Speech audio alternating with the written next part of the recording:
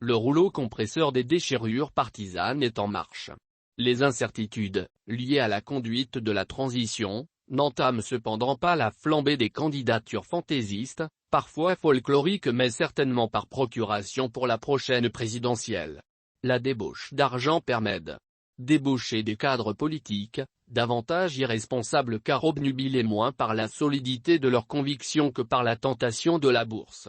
C'est le week-end passé que le secrétaire à la communication de l'UR, Madamba Traoré, a officialisé sa candidature à la candidature de l'UR, en vue de la prochaine présidentielle.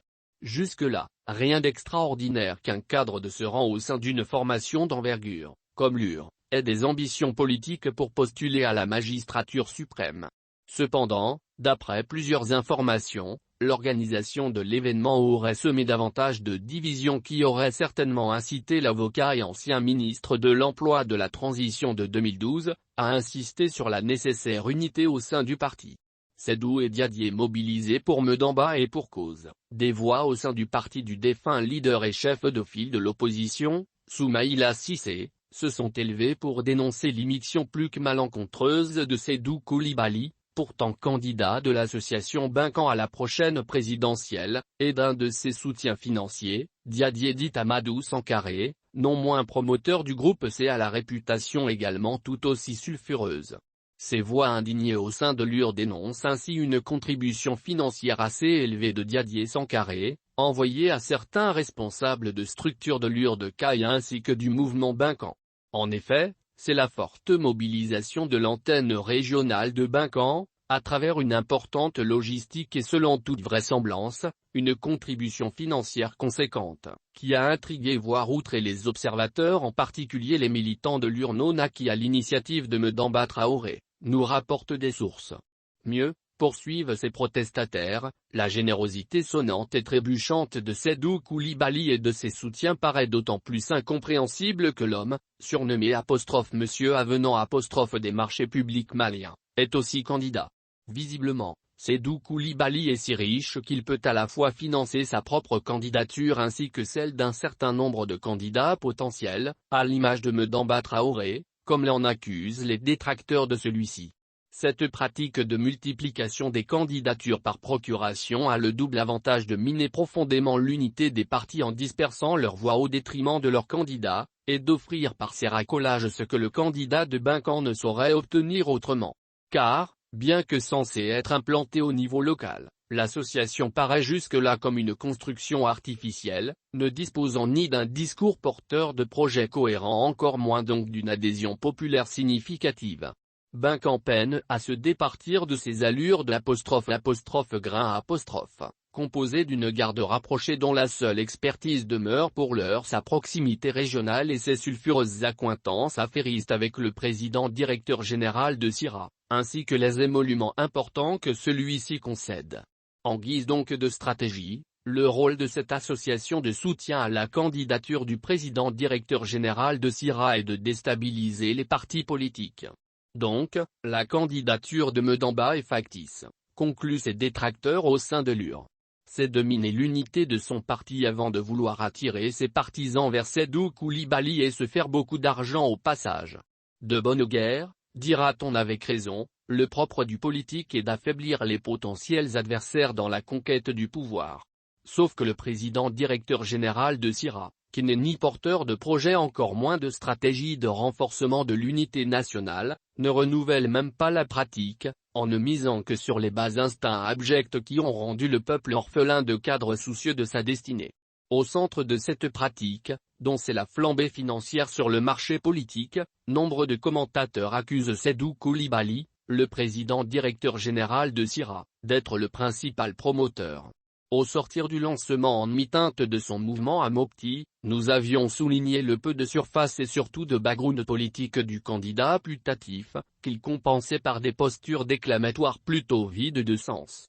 L'irruption sur l'échiquier de cet homme d'affaires inexpérimenté participe visiblement donc du processus de ravalement de façade, entamé par les dignitaires de l'ancien DIPC. Un processus engagé avec le coup d'État du 18 août dernier dont on sait aujourd'hui qu'il a été factice et probablement orchestré par le général Moussa Diawara. De fait, Le satrape de Sira n'a aucun parcours politique et son rapport en Landerneau s'est résumé, durant les 7 années du règne du régime défunt d'Ibk, à se fourvoyer avec l'engeance familiale prédatrice à laquelle le président déchu avait en réalité confié la gestion patrimoniale du pays. On le rappelle, un des proches de l'homme surnommé Monsieur Avenant du régime d'Ibk, nous a assuré que Sédou Coulibaly a désigné pour nomination au moins 17 ministres, parmi la flopée de ministres qui ont défilé tout au long de ce règne caractéristique de la mauvaise gouvernance. C'est pourtant moins à sa lucidité technique ou une quelconque expertise subodorée qu'il y avait eu recours qu'en réalité le raffermissement de la mainmise de l'ancienne ma famille d'abord sur des secteurs clés et surtout lucratifs de la gestion des affaires publiques. En l'occurrence, les départements de l'urbanisme et de l'habitat ainsi que la palette couvrant les équipements, transports et infrastructures et secteurs connexes, vecteurs d'importants marchés publics, auraient été à la discrétion entière du règne du satrape ingénieur. Les résultats en sont éloquents de la déliquescence des infrastructures collectives au Mali. La stratégie politique de ralliement du candidat de Binkan se résume visiblement donc à inciter à la trahison, en faisant entrevoir les gains financiers titillant le goût du lucre. Pour ce prétendant aux ors de Koulouba, dont l'association peine plus à ratisser les convictions qu'aiguiser les appétits, le salut passe par ériger le veau d'or sur le piédestal des tabernacles au sein des chapelles partisanes. Attiser les instincts des éternels maillons faibles ainsi, Sédou Coulibaly procède donc par s'attacher les services des maillons faibles des formations, à travers les dividendes financiers attendus d'une migration vers les lambris de Sira. Et comme on le voit, la récente virée de Medamba Traoré, dans la capitale des rails, a été le révélateur de ces collusions, à la limite incestueuses. Les accusations d'appui financier qui seraient venues du patron de Sira et de son âme damnée, Diadier Sankaré, ont semé confusion voire colère au sein de l'UR. La présence d'Iban Diaye, l'ancien chef de cabinet du chef de file de l'opposition, en soutien ou non à l'initiative de l'avocat, en rajoute davantage au doute. En effet, tout comme Medamba Traoré en rupture de banc du CNI, où il a fait son ascension grâce à Memou Intagatal, l'ancien secrétaire général de l'ADEMA est aussi intervenu au parti de la poignée de main. Mais à la différence notable de l'ancien député de la Communauté, Iban Diaye est le principal responsable de la scission de l'ancien parti majoritaire ayant conduit à la création de l'UR. En effet, en dépit du choix porté en 2002 sur Soumaïla Cissé comme candidat à la suite des primaires du parti, c'est justement Iban Diaye qui a conduit 13 autres cadres de la direction de la RUH à refuser ce choix démocratique des militants adémistes pour signer ce qui a été la LD 14 à défier la candidature du parti pour choisir celle du général Amadou Toumani Touré. Les remous qui s'en sont suivis ont fini par contraindre le malheureux challenger de cette élection à porter, avec ses amis, une nouvelle formation sur les fonds baptismaux, en l'occurrence l'UR. Si bien que le chef de cabinet du défunt Soumaïla Cissé est bien en terrain connu en matière d'expertise de la trahison et du nomadisme politique. Aussi, l'initiative de Medamba, de prendre de vitesse ses potentiels adversaires, Boubou Cissé et Mamadou Igor Diarra au sein du parti, cache-t-elle certainement une volonté de monnayer son appui au candidat de Binkan, si l'appui matériel et financier de celui-ci était avéré.